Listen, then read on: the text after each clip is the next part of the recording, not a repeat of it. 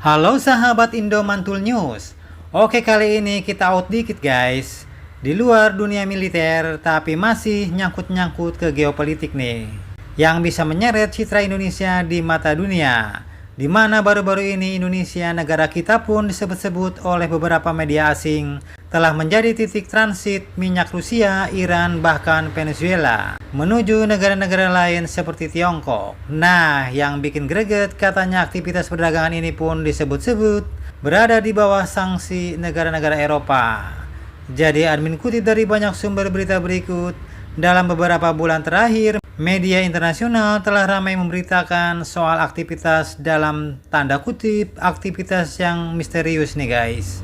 Di salah satu terminal minyak Indonesia, tepatnya di kawasan Karimun, Kepulauan Riau. Terminal ini pun disebut-sebut jadi pusat transitmen alias titik alih muat minyak Rusia, Iran, bahkan Venezuela yang kena sanksi internasional. Media asing Riau terus melaporkan bahwa sejak tahun 2024, aktivitas impor minyak Rusia di terminal ini meningkat pesat. Kargo-kargo itu datang, disimpan, dikemas ulang, bahkan dicampur, sebelum akhirnya diekspor lagi ke negara-negara Asia seperti Tiongkok, Malaysia, dan Singapura. Cara ini pun diduga untuk menyamarkan asal-usul minyak sehingga terlihat legal dan tidak melanggar sanksi. Nah, kemudian lanjut dari data Kepler, lembaga pelacak kapal global nih guys, juga menunjukin lonjakan yang luar biasa di mana sejak Oktober 2024 lalu, Pelabuhan Karimun Kepulauan Riau telah menerima produk minyak Rusia hampir setiap bulan. Padahal sebelumnya kedatangan minyak Rusia cuma sekali-sekali doang.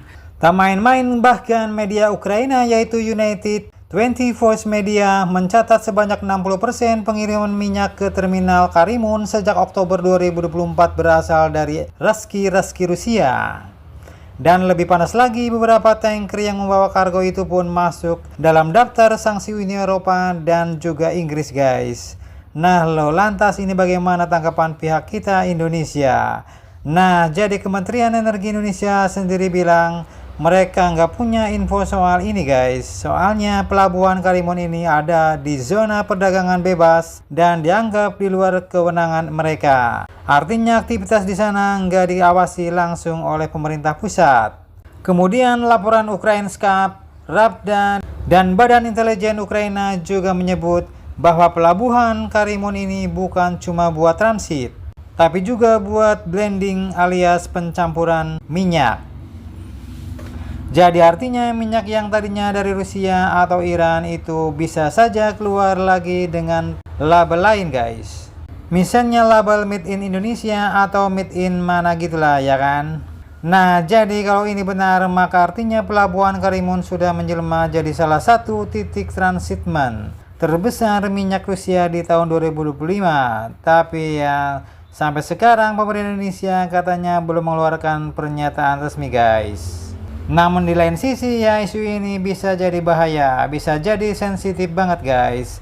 Karena Indonesia sebenarnya bukan bagian dari rezim sanksi terhadap Rusia maupun Iran. Namun praktik semacam ini tetap bisa menimbulkan resiko diplomatik dan reputasi, terutama di mata negara-negara barat seperti Uni Eropa dan juga Amerika. Bayangkan saja, di satu sisi Indonesia pengen menjaga hubungan baik dengan semua negara, dan di lain sisi kalau benar ada praktik rebranding minyak yang kena sanksi. Nah, ini bisa jadi sorotan besar dan bisa bikin tekanan diplomatik ke negara kita Indonesia semakin maknyos.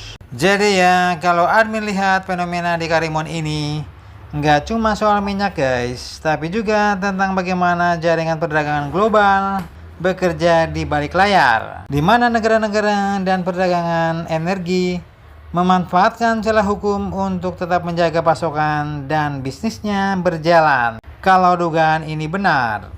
Nah, kalau menurut kalian bagaimana nih guys? Apakah Indonesia cuma kebetulan jadi lokasi dan tidak terpantau oleh pemerintah kita?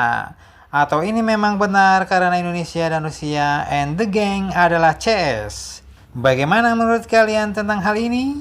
Jangan lupa subscribe, like, share, komen. Tetaplah kalian semangat demi Indonesia maju. Salam Indo Mantul News. Terima kasih.